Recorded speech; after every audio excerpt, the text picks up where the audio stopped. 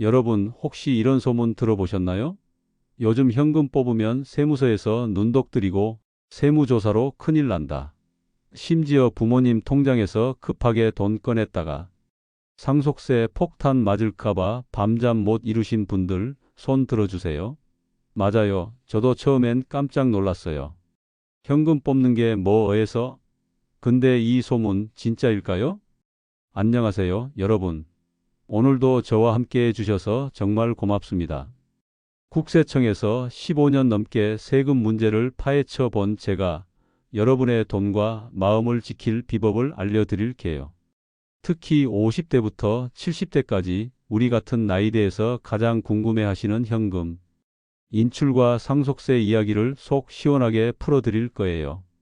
요즘 동네 카페에서도 아파트 관리사무소에서도 이런 이야기가 심심찮게 들려옵니다.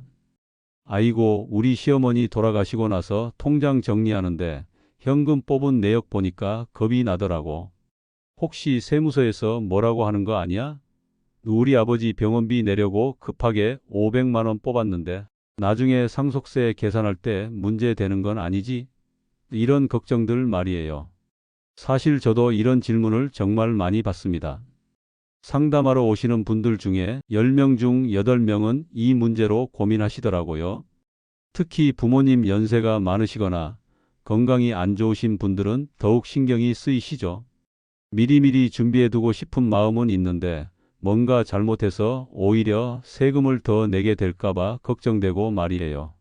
최근 국세청 법 바뀌었다. 세무조사 엄청 세졌다. 이런 이야기들이 인터넷에서 떠돌면서 다들 불안해 하시더라고요. 특히 부모님 돌아가시고 상속 문제로 고민하시는 분들, 장례비라도 꺼낼까? 하다가도 혹시 세무서에서 연락 올까봐 망설이시죠?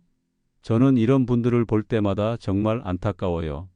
정확한 정보만 알면 충분히 해결할 수 있는 문제인데 잘못된 소문 때문에 불필요한 걱정을 하고 계시거든요.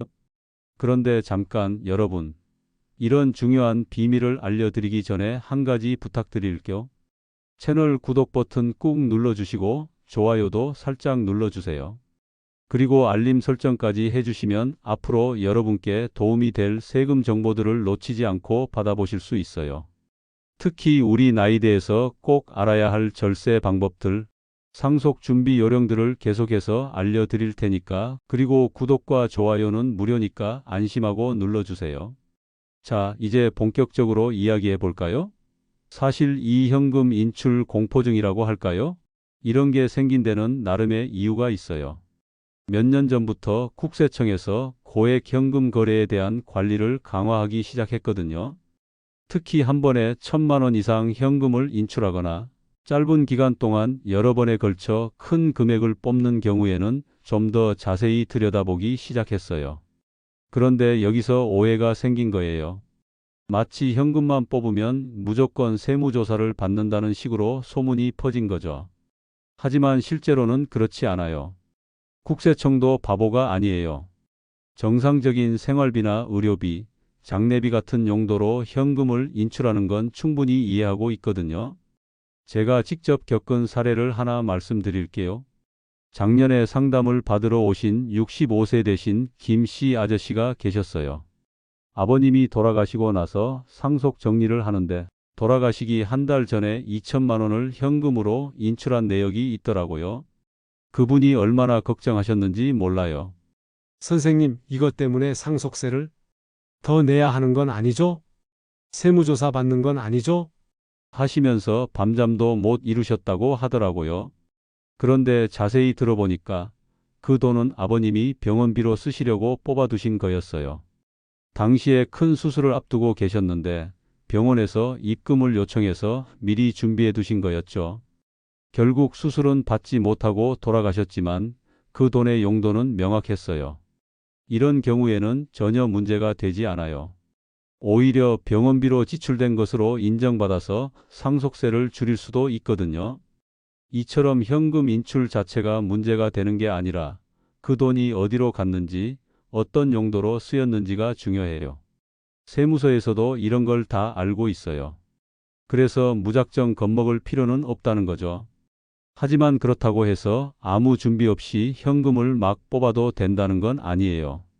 나중에 설명할 수 있는 자료들은 미리미리 챙겨두시는 게 좋아요. 예를 들어서 병원비로 썼다면 영수증이나 진료비 계산서, 장례비로 썼다면 장례식장 영수증이나 낙골당 비용, 영수증 같은 것들 말이에요.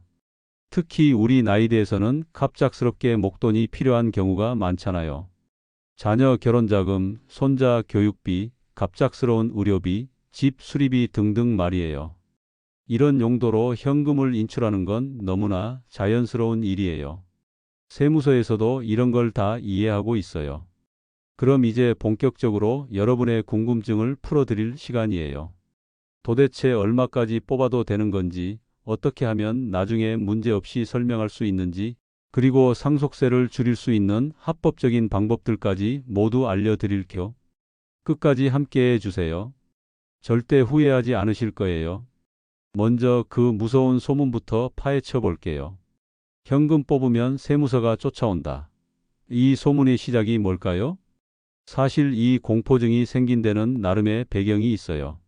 올해 3월에 국세청에서 새로 만든 제도 때문인데 이름하여 세무공무원 성과 포상 제도라고 해요. 쉽게 말해서 세금을 잘 걷거나 체납자를 잘 찾아낸 공무원에게 보너스를 준다는 거예요. 이 소식을 듣고 많은 분들이 그럼 세무공무원들이 돈 벌려고 우리 통장까지 뒤지겠네? 하고 걱정하기 시작한 거죠.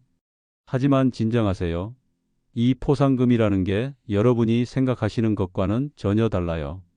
주로 큰 기업이나 개인 사업자들이 숨긴 세금을 찾아내거나 오래된 체납 세금을 징수했을 때 주는 거예요. 여러분이 은행에서 1,000만 원 뽑았다고 해서 세무공무원이 갑자기 달려오지는 않는다고요. 더 중요한 건 현금 인출에 대한 기본 규칙이 전혀 바뀌지 않았다는 거예요. 하루에 1,000만 원 이상 현금을 입출금하면 금융정보분석원이라는 곳에 자동으로 보고가 되는데 이 규칙은 10년 전부터 계속 똑같았어요. 그러니까 평소처럼 생활하시면 되는 거예요. 제가 실제로 겪은 사례를 하나 말씀드릴게요. 작년에 상담받으러 오신 분이 계셨는데 식당을 운영하시는 60대 사장님이었어요. 어느 날 갑자기 재료값이 많이 올라서 현금으로 3천만 원을 뽑아서 도매상에 지불하셨대요. 그런데 너무 바쁘다 보니까 영수증 정리를 제대로 안 해놨더라고요. 몇 달 후에 세무조사가 나왔는데 조사관이 그 3천만 원 현금 인출 내역을 보고 물어보더래요. 이 돈 어디다 쓰셨어요? 그때서야 부랴부랴 도매상을 찾아가서 거래 내역을 다시 정리하고 증빙 서류를 모았대요. 다행히 모든 자료를 다 찾아서 문제없이 넘어갔지만 그분이 얼마나 스트레스 받으셨는지 몰라요. 그래서 제가 늘 강조하는 게 바로 이거예요. 현금 거래는 증빙이 생명이라는 거죠. 큰 돈을 현금으로 뽑으실 때는 반드시 용도를 명확히 하고 관련 서류들을 챙겨두세요. 집 리모델링 때문에 2천만 원 뽑았다면 시공업체 영수증을, 자녀 결혼자금으로 5천만 원 뽑았다면 예식장이나 신혼여행 영수증을 말이에요. 이제 더 중요한 이야기로 넘어가 볼게요. 상속 문제 말이에요. 부모님이 돌아가시고 장례비나 급한 돈이 필요할 때 통장에서 돈을 꺼내도 될까요? 이거 정말 많이들 고민하시는 문제예요. 여기서 먼저 알아두셔야 할 중요한 원칙이 하나 있어요. 고인의 계좌나 신용카드는 사망 후에 함부로 쓰면 안 된다는 거예요. 법적으로는 상속인 전체의 동의가 있어야 하거든요. 하지만 현실적으로 급한 상황이 있잖아요. 장례비도 내야 하고 병원비도 정산해야 하고 말이에요. 이런 경우에는 상속인들이 모두 모여서 장례비나 급한 비용으로 쓰는 것에 동의한다는 합의를 먼저 하시는 게 좋아요. 그리고 나서 필요한 만큼만 소액으로 인출하시고 무엇보다 용도를 명확히 해서 영수증을 챙기세요. 그런데 여기서 많은 분들이 오해하시는 게 있어요. 사망 후에 돈을 빼면 상속세가 줄어들겠지? 하고 생각하시는 건데 실제로는 그렇지 않아요. 상속세는 부모님이 돌아가신 그날을 기준으로 통장 잔액을 계산해요. 그러니까 사망 후에 돈을 꺼낸다고 해서 상속세 자체가 줄어들지는 않는다는 거죠. 하지만 사망 신고를 하면 계좌가 동결되니까 그 이후에는 복잡한 상속 절차를 거쳐야만 돈을 찾을 수 있어요. 그래서 급한 돈이 필요하다면 사망 신고 전에 상속인들끼리 명확히 합의하고 증빙을 제대로 남기는 게 중요한 거예요. 더 큰 문제는 사망 전에 현금을 뽑는 경우예요. 예를 들어서 부모님이 위독하시니까 자녀들이 미리 통장에서 큰 돈을 뽑아서 나눠 가졌다고 해봅시다. 이렇게 하면 상속세를 덜 내겠지 하고 생각할 수 있죠. 하지만 이건 정말 위험한 발상이에요. 세무서에서 이런 걸 사전 증여로 의심할 수 있거든요. 만약에 제대로 된 증빙이 없으면 뽑은 돈이 상속 재산에 다시 포함될 뿐만 아니라 증여세에 가산세까지 붙을 수 있어요. 제가 상담해 드린 분 중에 이런 경우가 있었어요. 70대 아버님이 중환자실에 계실 때 자녀분들이 나중에 상속세 부담이 클 것 같다며 미리 각자 3천만 원씩 현금으로 나눠 가졌던 거예요. 그런데 아버님이 돌아가시고 상속세 신고를 할 때 세무서에서 그 돈에 대해 문제를 제기한 거죠. 다행히 차용증과 이체 내역을 나중에 제출해서 해결하기는 했지만 그 과정에서 받은 스트레스는 이루 말할 수 없었대요. 그럼 장례비는 어떨까요? 고인의 카드로 장례비를 결제하면 절세가 될까요? 아쉽게도 그건 오해예요. 장례비는 상속세에서 최대 1,000만 원까지 공제가 되는데 이건 고인의 카드로 결제하든 여러분 돈으로 결제하든 똑같아요. 중요한 건 영수증이에요. 예를 들어서 장례식 비용이 2천만 원 들었다면 최대 1,000만 원만 공제되고 납골당 비용은 추가로 500만 원까지 별도 공제가 가능해요. 하지만 49제 같은 후속 행사 비용은 공제가 안 되니까 이 점은 꼭 기억해 두세요. 이제 상속세를 줄이는 진짜 꿀팁들을 알려드릴게요. 상속세 절세의 핵심은 크게 세 가지예요. 공과금, 장례비, 그리고 채무 공제. 하나씩 자세히 살펴볼까요? 첫 번째, 공과금이에요. 부모님이 돌아가신 날을 기준으로 해서 내야 했던 세금이나 공공요금, 신용카드, 대금 등이 모두 공과금으로 공제돼요. 예를 들어서 부모님이 5월에 돌아가셨는데 6월에 건강보험료나 신용카드 대금을 납부했다면 이건 상속세 계산할 때 빼줄 수 있어요. 단, 영수증과 납부 증빙을 꼭 챙기셔야 해요. 두 번째, 장례비예요. 방금 말씀드린 대로 장례비는 최대 1,500만 원까지 공제가 가능해요. 영수증만 잘 챙기면 이 돈은 세금 부담에서 쏙 빠지는 거예요. 세 번째, 채무 공제인데 이게 정말 중요해요. 부모님이 은행 대출이나 임차인 보증금을 갚아야 했다면 이런 건 상속 재산에서 공제가 돼요. 심지어 자녀가 부모님께 빌려준 돈도 이체 내역이나 차용증이 제대로 있으면 채무로 인정받을 수 있어요. 하지만 여기서 중요한 함정이 하나 있어요. 예를 들어서 자녀가 부모님께 1억 원을 빌렸다고 차용증만 써놓고 한 푼도 갚지 않았다면 어떻게 될까요? 세무서에서 이거 사실은 증여 아니야? 하고 의심할 수 있어요. 그러니까 가족 간 돈 거래는 항상 이체 내역, 차용증, 상환 기록을 깔끔하게 남겨두시는 게 좋아요. 제가 상담해 드린 고객 중에 차용증 덕분에 2억 원 채무 공제를 받아서 상속세를 수천만 원이나 줄인 분도 계세요. 처음에는 가족끼리 이런 서류까지 써야 하나 싶으셨다는데 나중에 정말 큰 도움이 됐다고 하시더라고요. 자, 오늘 어땠나요? 현금 뽑으면 큰일 난다는 그 무서운 소문, 이제 마음이 좀 놓이셨죠? 사실 많은 분들이 불필요한 걱정을 하고 계셨던 거예요. 세무서가 여러분을 괴롭히려고 벼르고 있는 게 아니라 오히려 정상적인 거래는 충분히 이해하고 있다는 걸 알 수 있었잖아요. 제가 오늘 말씀드린 내용들을 다시 한번 정리해 볼게요. 먼저 현금 인출에 대한 진실부터 말이에요. 하루 1,000만 원 이상 현금 거래 시 금융정보분석원에 보고되는 시스템은 10년 전부터 계속 똑같았어요. 새로 바뀐 건 아무것도 없다는 거죠. 다만 큰 돈을 현금으로 인출하실 때는 반드시 용도를 명확히 하고 영수증 같은 증빙 자료를 챙겨두시는 게 중요해요. 집 리모델링비든 자녀 결혼 자금이든 의료비든 정당한 용도라면 전혀 걱정하실 필요 없어요. 오히려 이런 지출들은 나중에 절세에도 도움이 될 수 있거든요. 중요한 건 투명하게 관리하는 거예요. 상속 문제에서도 마찬가지예요. 부모님이 돌아가시고 급하게 장례비나 병원비가 필요할 때 상속인들끼리 합의하고 용도를 명확히 해서 소액 인출하는 건 전혀 문제가 되지 않아요. 다만 사망 전에 큰 돈을 미리 빼서 나눠 갖는 건 정말 위험하다는 점 꼭 기억해 주세요. 상속세 절세의 핵심인 공과금, 장례비, 채무 공제도 잊지 마시고요. 특히 채무 공제는 정말 큰 절세 효과를 볼 수 있어요. 가족 간 돈 거래가 있으셨다면 차용증, 이체 내역, 상환 기록을 꼼꼼히 남겨두세요. 나중에 큰 도움이 될 거예요. 사실 세금 문제라는 게 복잡해 보이지만 원리만 알면 그렇게 어렵지 않아요. 무엇보다 정직하게 신고하고 필요한 서류들을 잘 챙겨두는 게 가장 중요한 거죠. 꼼수를 쓰려다가 오히려 더 큰 문제가 생기는 경우가 많거든요. 제가 15년 넘게 세무 업무를 하면서 느낀 건 국세청도 합리적으로 판단한다는 거예요. 명백한 탈세나 불법적인 행위가 아닌 이상 일반 납세자들의 사정을 충분히 이해하고 있어요.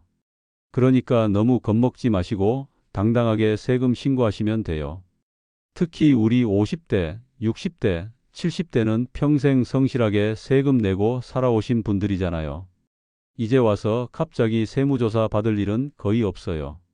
다만 부모님 상속이나 큰 재산 변동이 있을 때는 미리미리 준비해 두시는 게 좋겠죠. 여러분이 힘들게 모은 재산, 그리고 부모님께서 물려주신 소중한 유산을 지키는 건 결국 꼼꼼한 증빙과 똑똑한 준비예요.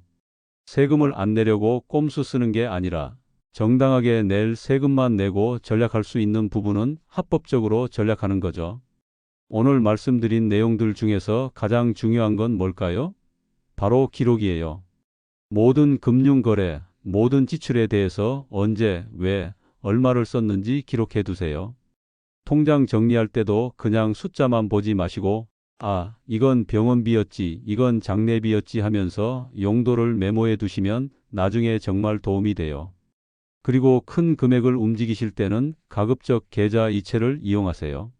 현금도 물론 괜찮지만 계좌 이체가 증빙하기에는 더 편하거든요. 요즘은 계좌 이체 수수료도 많이 없어졌으니까 활용해 보세요.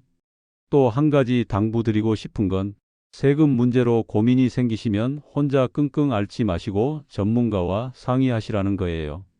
인터넷에 떠도는 소문이나 카더라 통신보다는 제대로 된 세무사나 관련 전문가에게 물어보시는 게 훨씬 정확해요. 국세청 홈페이지나 국번 없이 1263번으로 전화해서 문의하실 수도 있고요. 생각보다 친절하게 알려주세요. 괜히 무서워하지 마시고 당당하게 문의하시면 돼요.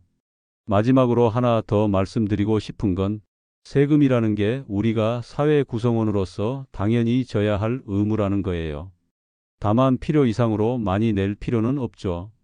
합법적인 방법으로 절세할 수 있는 부분은 충분히 활용하시고 그 대신 내야 할 세금은 당당하게 내시면 되는 거예요. 오늘 영상이 여러분께 조금이라도 도움이 되셨나요? 혹시 더 궁금한 점이 있으시면 댓글로 꼭 물어보세요. 제가 직접 답변 드릴 수 있는 건 답변 드리고 복잡한 문제는 세무사 선생님들과 함께 해결 방법을 찾아 드릴게요. 그리고 주변에 상속이나 세금 문제로 고민하고 계신 분들이 있으시면 오늘 영상을 꼭 공유해 주세요. 불필요한 걱정에서 벗어나실 수 있을 거예요. 구독 버튼도 꾹 눌러주시고 좋아요도 살짝 눌러주세요. 알림 설정까지 해주시면 앞으로 여러분께 도움이 될 세금 정보들을 가장 빠르게 받아보실 수 있어요. 여러분의 구독과 좋아요가 저에게는 정말 큰 힘이 되거든요. 댓글로 여러분의 경험이나 궁금한 점들도 나눠주세요. 다른 시청자분들께도 도움이 될 수 있을 거예요. 우리 모두 함께 똑똑하게 세금 관리하고 소중한 재산 잘 지켜나가요. 여러분의 소중한 돈과 가족의 평화를 지키는 건 결국 올바른 정보와 꼼꼼한 준비예요. 오늘 영상이 그 시작이 되었으면 좋겠어요. 세금 걱정 없이 든든한 내일을 위해서 우리 함께 화이팅해요. 오늘도 끝까지 시청해 주셔서 정말 고맙습니다. 여러분 모두 건강하시고 행복한 하루 보내세요.